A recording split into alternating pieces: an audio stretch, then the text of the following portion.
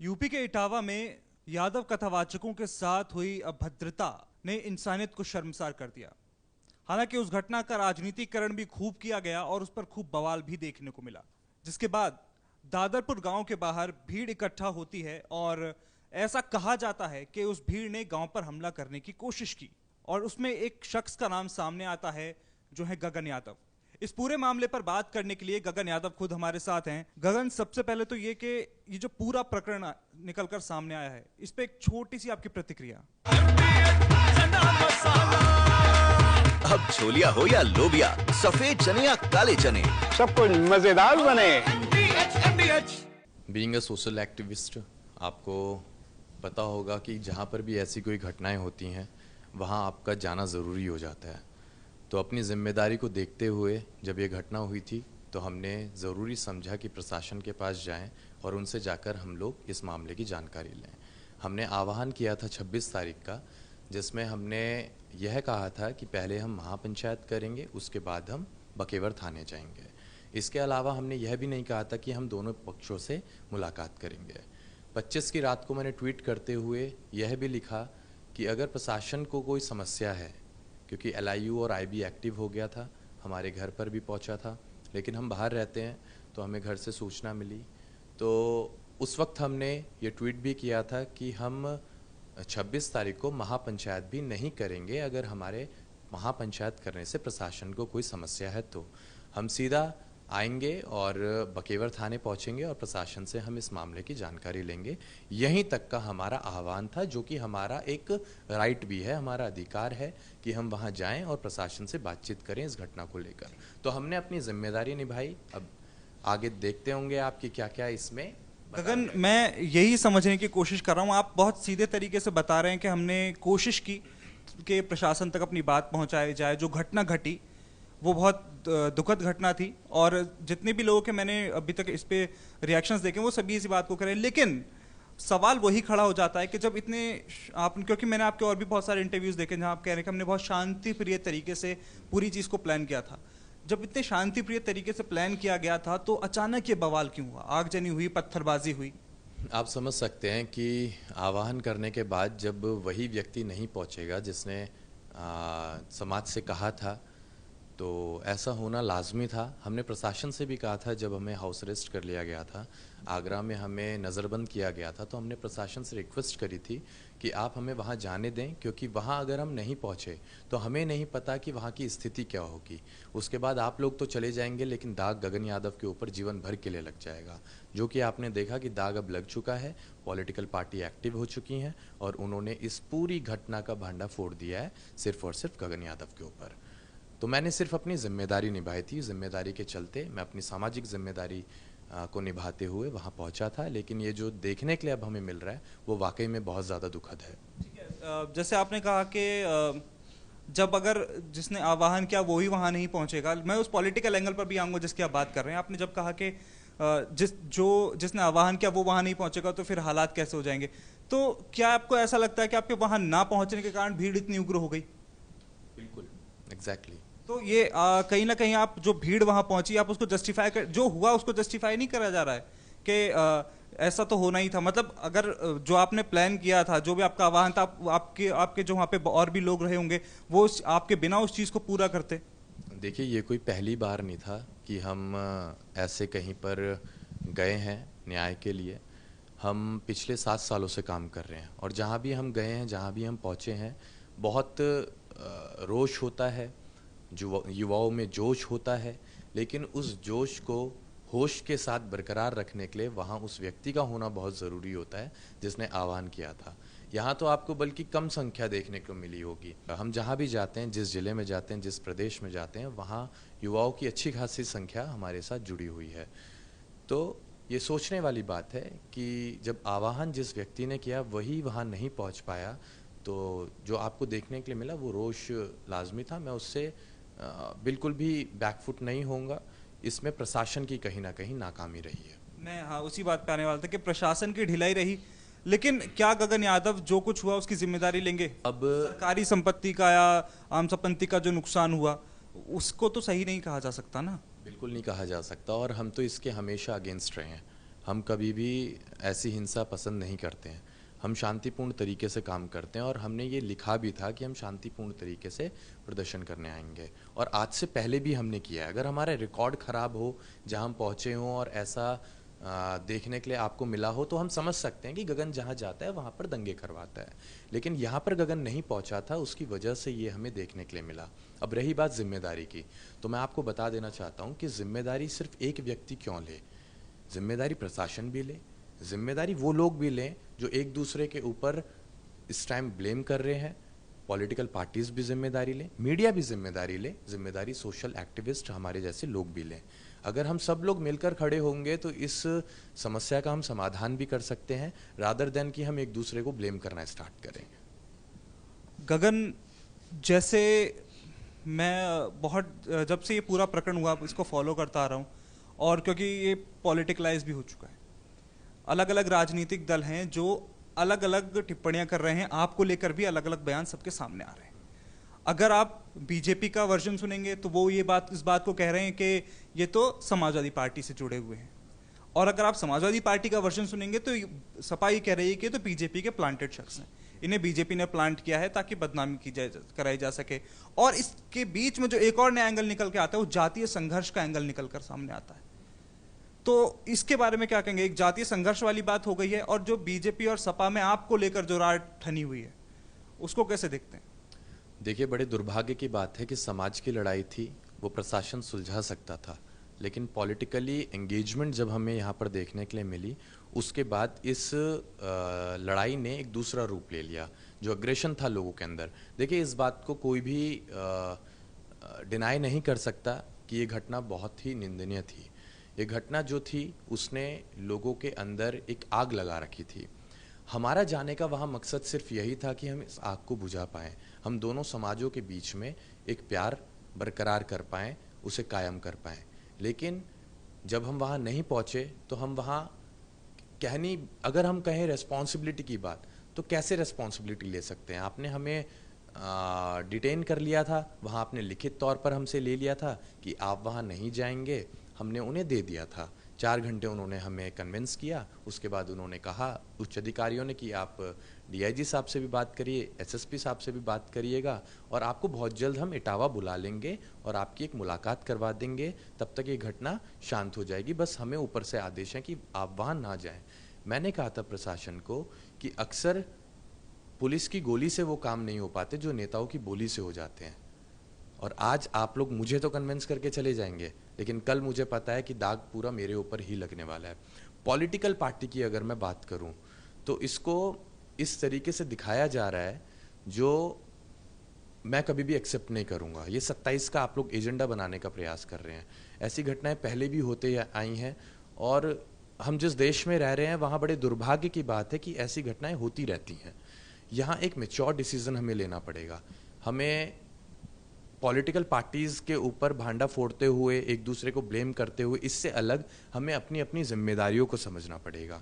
आज आप देख रहे हैं कि सपा कह रही है गगन भाजपा का है, भाजपा कह रही है गगन सपा का है। मायने ये नहीं रखता कि गगन किसका है। क्या पता गगन बसपा का निकल जाए, क्या पता कांग्रेस का निकल जाए। मायने ये नहीं रहना चाहिए। अभी मायने ये रखना चाहिए कि अभी ये जो आग लगी हुई है इसको बुझाया कैसे जाए। मायने ये रखना चाहिए कि जो युवा बेचारे जोश में हो या रोश में हो, जिन्हें नहीं पता था कि क्या करना है वहां, और मुझे तो ये भी नहीं पता कि क्या जो लड़के पकड़े गए हैं वो ही थे गुनहगार या कोई और ये काम करके चले गया। सवाल तो ये भी होना चाहिए, जांच तो पूरी होनी चाहिए। फिर क्या पता बेगुनाह लड़के पकड़ लिए गए हों। जब आपका सोशल मीडिया उठाकर देखा मैंने आज का, तो आपने अखिलेश यादव को जन्मदिन की बधाई दी है। उस पर आपने अपने सोशल मीडिया पर लिखा कि आदरणीय बड़े भैया स्वरूप समाजवादी पार्टी के राष्ट्रीय अध्यक्ष, उत्तर प्रदेश के पूर्व मुख्यमंत्री, युवाओं के महबूब नेता श्री अखिलेश यादव जी को जन्मदिन की ढेर सारी शुभकामनाएं। जब समाजवादी पार्टी इस बात को कह रही है कि गगन यादव बीजेपी से प्लांटेड शख्स हैं, तो उसके बावजूद भी सिर्फ एक पार्टी के लिए ही एक तरफा प्यार नहीं लगता ये? नहीं, बिल्कुल भी नहीं लगता। लास्ट मंथ योगी आदित्यनाथ जी का जन्मदिन था, हमने उन्हें भी ऐसे ही विश किया था। ट्विटर पर। लेकिन आप इस बात को मानते तो है ना कि आप थोड़ा सा समाजवादी जो सोच है या फिर उधर आपका झुकाव थोड़ा सा ज़्यादा है? हाँ, अब तक तो हम समाजवादी विचारधारा की तरफ ही इंक्लाइन थे, और अब तक क्या वही विचारधारा हमें कनेक्ट करती है, उसी से हम थोड़ा सिंक होते हैं। लेकिन इसका मतलब ये नहीं होता कि हम किसी विशेष दल के ही व्यक्ति हैं। अभी तक हमारे पास किसी भी राजनीतिक दल की सदस्यता नहीं है। ऑफिशियली हम किसी भी चाहते हैं किसी राजनीतिक दल की सदस्यता मिले? अब तो मैं इन लोगों का जैसा बर्ताव देख रहा हूँ, उससे मुझे ऐसा लगता है कि इस देश को, इस देश के युवाओं को इन सब चीज़ों से बहुत ऊपर उठाने की ज़रूरत है। आज की जो स्थिति मैं देख रहा हूँ, उसके बाद मुझे ऐसा लगता है कि मैं किसी भी दल में चले जाऊँ, होना तो यही है, एक दूसरे को बोलेगा, दूसरा पहले को बोलेगा। तो अगर हम जिम्मेदारी ले सकते हैं तो अब कुछ ऐसा करना पड़ेगा जहां राजनीति अगर हम करें ना करें वो मायने नहीं रखता, लेकिन एक सामाजिक व्यक्ति हम इतने अच्छे बने कि ये जो आग लगी हुई है इसे हम बुझाने का काम कर पाएं, ना कि इसमें और ज़्यादा तेल डालने का काम करें। गगन, इसके अलावा जो आरोप आप पर जो लगते हैं वो ये भी कि आह्वान आपने किया था, जिम्मेदारी आपकी थी। अब जो युवा पुलिस की गिरफ्त में है, या वो अच्छी नौकरी कर सकते थे आगे, लेकिन अब उन पे केस लगा दिए गए अच्छे खासे, उन युवाओं की जिम्मेदारी किसके सर पर आएगी? देखिए, मैं एक ऐसा व्यक्ति हूँ, अगर आप मुझसे मिले हैं किसी रोज़, आप अगर मुझे याद करेंगे तो मैं आपको नज़रअंदाज नहीं करूँगा। अगर आप मेरे कहने पर कहीं आए हैं तो आपने मुझ पर भरोसा किया था, तो मैं एक ऐसा जिम्मेदार व्यक्ति हूं और ऐसा ही मैं आगे भी रहना चाहता हूं कि अगर कोई मेरे कहने पर वहां आया था या समाज के ही कहने पर आया था, लेकिन आज जब उनका साथ कोई नहीं दे रहा है, राजनीतिक दल हट चुके हैं, प्रशासन हट चुका है, तो ऐसे में मुझसे जितना हो पाएगा मैं उनका सपोर्ट करूंगा, उनकी मदद करूंगा, उनके भविष्य को सुरक्षित करने का मैं काम करूंगा। ये मैं जिम्मेदारी ज़रूर लूँगा और उन्हें यह भी बताऊंगा कि आगे कभी भविष्य में कुछ ऐसा होता है तो थोड़ा सा विवेक का इस्तेमाल आप ज़रूर करें किसी के, क्योंकि मुझे सूचना ये भी मिली है कि वहाँ कुछ लोग ऐसे आ गए थे जिन लोगों ने सोशल मीडिया पर अपनी रील बनाने के चक्कर में ये पूरे घटनाक्रम को अंजाम दिया था। तो ये बड़े दुर्भाग्य की बात है, करा किसने, भुगत कौन रहा है, लेकिन अब मैं क्यों पीछे हटूँ? अगर मैं जिम्मेदार व्यक्ति हूं तो जिम्मेदारी लूंगा, और मैं यही कहना चाहूँगा कि अगर मैं जिम्मेदारी ले सकता हूं तो हर एक राजनीतिक दल भी जिम्मेदारी ले सकता है, प्रशासन भी जिम्मेदारी ले सकता है। गगन, कहीं ना कहीं ये जो कथावाचकों के साथ जो घटना हुई उसने इसको एक अलग एंगल भी दे दिया है, ब्राह्मण वर्सेस यादव वाला एंगल दे दिया है उसने। And I am completely against this narrative, क्योंकि अगर ऐसा ही चलता रहा तो आगे आने वाले समय में, आने वाली पीढ़ियों में वो मोहब्बत नहीं रह पाएगी जो कभी कृष्ण के द्वापर युग में कृष्ण और सुदामा की हुआ करती थी। तो हम चाहते हैं कि इन सब चीज़ों से बहुत ऊपर उठिए। हर व्यक्ति अपने समाज की लड़ाई लड़ता है, और ये जो घटना थी, अगर यादव समाज भी यहाँ ना होता, उसकी जगह कोई दूसरा समाज भी होता, तो वो भी अपने समाज की लड़ाई लड़ रहा होता, वो भी अपने समाज के हक अधिकार के लिए, मान सम्मान के लिए सड़कों पर उतरा होता। लेकिन इसकी शुरुआत कैसे हुई है? मैं अगर वहाँ कोई यादव समाज के व्यक्ति के अलावा किसी और समाज के व्यक्ति हो तब भी गगन यादव जाते? डेफिनेटली जाता, जो मुझे पुकारता मैं ज़रूर जाता। मैं कभी भी, आज तक का मेरा रिकॉर्ड है, हमारे काम को आप देख सकते हैं, हमने कभी किसी की जाति और धर्म देखकर उसके साथ इंसानियत का ढोंग नहीं रचा। इसके अलावा गगन, जातीय संघर्ष का मुद्दा भी उसके बाद बहुत उछला है, और जो सेंटर ऑफ अट्रैक्शन रहा है वो हमेशा गगन यादव ही रहा है उसमें भी। देखिए, मैंने जैसा कि आपको कहा कि पॉलिटिकल पार्टीज जब एक्टिव हो जाती हैं तो वो रिस्पॉन्सिबिलिटी नहीं लेती हैं, और यहाँ पर हमें वही देखने के लिए मिला, जहाँ जिम्मेदारी लेनी चाहिए राजनीतिक दलों को, वो वहाँ जिम्मेदारी ना लेते हुए एक दूसरे को ब्लेम कर रहे हैं। और जब वो एक दूसरे को ब्लेम कर रहे हैं तो again the term you use, centre of attraction, तो वो गगन यादव बना हुआ है, वहीं पर वो उन सारे ब्लेम्स को डालने का काम कर रहे हैं। जिस प्रदर्शन की अब हम बात करें, जहाँ जो प्रदर्शन उग्र हुआ दादापुर गांव के पास, वहाँ पर जो पोस्टर्स थे लोगों के हाथों में, वो पोस्टर्स कुछ और कह रहे थे। उस पोस्टर्स में भी ये लिखा हुआ था कि यादव अहीर रेजिमेंट हक है हमारा। क्या उस लड़ाई को अहीर रेजिमेंट से भी जोड़कर रखा गया था? वो तो कुछ और ही पिक्चर पोर्ट्रे करता है।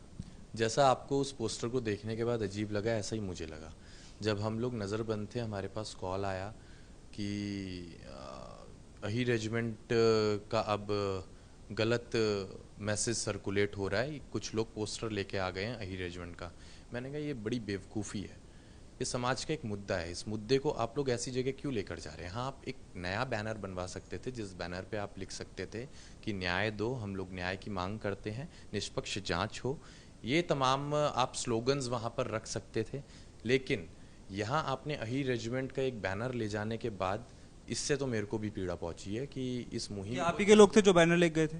देखिए, मैं अगेन कहूँगा, वहाँ गाइड करने वाला आदमी कोई नहीं पहुँच पाया जो उन्हें बता पाता कि आपको किस तरीके से प्रशासन से बातचीत करने के लिए पहुँचना है। तो लेकिन ये पूरी घटना जो हुई है उसकी मैं एक बार आपको जानकारी दे दूं। जो हमारे पास भी सूचना आई, लोग अग्रेसिव हो गए थे, टेंस्ड हो गए थे इस बात को लेकर कि गगन यादव को नज़रबंद कर लिया, और कुछ मैसेज यह भी पहुंच गया था कि गगन यादव को अरेस्ट कर लिया गया। तो उन लोगों के अंदर ये रोष था कि गगन यादव को रिहा करो, हमारे नेता को आपने अरेस्ट कर लिया, उनके साथ कुछ भी हो सकता है। ये तमाम कुछ बातें हैं जो हमारे पास तक भी आई थी, जिसके बाद हमने ये मैसेज सर्कुलेट किया था कि बहुत जल्द हम पुलिस वरिष्ठ अधीक्षक महोदय जी से मुलाकात करने और इस घटना की जानकारी के संबंध में इटावा आएंगे। ये हमने पोस्ट किया था, लेकिन उसके बाद इतनी जल्दी वो सर्कुलेट नहीं होता। उसके तो कुछ घंटों बाद हमें सूचना मिली जब हम वहाँ से आगरा से वापस दिल्ली के लिए चल दिए थे। तो जो सूचना हमें मिली उसके तो हम बिल्कुल भी फेवर में तो नहीं है, वो गलत हुआ। आप ये कह रहे हैं जो आपके बारे में जो जानकारी पहुंचाई गई वो गलत जानकारी पहुंचाई गई। क्या लगता है गगन यादव को कि किसने जानकारी गलत तरीके से पहुंचवाई, या कौन है जो नहीं चाहता था कि गगन यादव इटावा पहुंचे? मेरे पास तो लोकल रिपोर्ट भी आई है वहाँ से इटावा की। अब मैं किसी को ब्लेम नहीं करूँगा, क्या पता वो किसी विशेष दल के निकल के आ जाएं जिन लोगों ने चाहा कि गगन यादव। आप किसी का नाम जानते हैं लेकिन बता नहीं रहे। तो आज तक लोगों की डिटेल्स आ रही हैं कि ये काम किसके इशारों पर हो रहा था, क्या हो रहा था, लेकिन किसी विशेष राजनीतिक दल से जुड़े लोग हैं? बिल्कुल जुड़े हुए हैं जो नहीं चाहते थे कि गगन यादव हमारे जिले में आए, बिल्कुल नहीं चाहते थे। तो एक बार इशारा ही कर दिए चलिए कि किस देखिए, राजनीति में इतना ही इशारा काफ़ी रहता है, और इससे ज़्यादा अगर बोलेंगे तो उसका खामियाजा भी हमें ही भुगतना पड़ेगा। इटावा वाली जो घटना हुई है उसके बाद मैं ओवरऑल बात करना चाहता हूँ। देखिए, आपके ऊपर भी एफआईआर दर्ज हुई है, ठीक है, और वहाँ जो युवा हैं उनके ऊपर भी मुकदमे चल रहे हैं। तो इसके बाद अब गगन यादव इस मामले में अपना पक्ष तो रख रहे हैं, मैं सोशल मीडिया पर भी देख रहा हूँ और लगातार आपको फॉलो भी कर रहा हूँ। इसके बाद गगन यादव क्या करने वाले हैं? सबसे पहले तो मेरे लिए प्रायोरिटी है उन युवाओं को सुरक्षित करना, उसके बाद समाज में एक ऐसा संदेश देना जिससे कि ये घटनाएं दोबारा ना दोहराई जाएं, क्योंकि 27 के चुनाव आ रहे हैं और हमें अब डर है कि ये घटनाएं बराबर ना होती रहें। क्योंकि जिस प्रकार से इस घटना ने आग पकड़ी थी, मुझे इस बात का भी डर है कि आगे आने वाले समय में प्रदेश में किसी और समाज के साथ भी ऐसी कोई घटना ना हो जाए, क्योंकि फिर राजनीति करने वाले राजनीति करके निकल जाएंगे और हमारे जैसा आदमी जो समाज में एक नया संदेश लेकर घूम रहा है वो फंस जाएगा। फिलहाल हमें अपने फंसने की भी कोई चिंता नहीं है, हमें अपने ऊपर लगे मुकदमों की भी कोई चिंता नहीं है, हमें एफआईआर की भी कोई चिंता नहीं है, हमें जेल की भी कोई चिंता नहीं है। मुझे अगर चिंता है तो सिर्फ और सिर्फ देश के भविष्य की चिंता है, और खासकर उन युवाओं की चिंता है जो युवा वहाँ जेल में बैठे हुए हैं। पूरे इस मसले के बीच किसी राजनीतिक दल से जुड़े किसी शख्स का फोन या मैसेज या फिर कोई इस तरह किसी ने रीच आउट करने की कोशिश की आपको? मेरे को तो पर्सनली कोई रीच आउट नहीं कर रहा है और अब तक किसी ने किया भी नहीं है, और अगर करा भी होगा तो मेरे फ़ोन पे 400-500 कॉल रोज़ की आती हैं, तो अननोन नंबर कोई भी रिसीव नहीं होता। टू बी वेरी फ्रैंक, जो नंबर सेव रहते हैं वही रिसीव होते हैं। टीम के 2 नंबर्स हैं, उन टीम के नंबर्स पे ज़रूर कॉल आए हैं। हमको सूचना मिली है कि बहुत लोग कॉल कर रहे हैं, सपोर्ट में भी आपके कर रहे हैं और पॉलिटिकल पार्टीज़ के भी लोग हैं, लेकिन मैं किसी भी व्यक्ति में अभी फ़िलहाल इंटरेस्ट नहीं ले रहा हूँ। अच्छा गगन,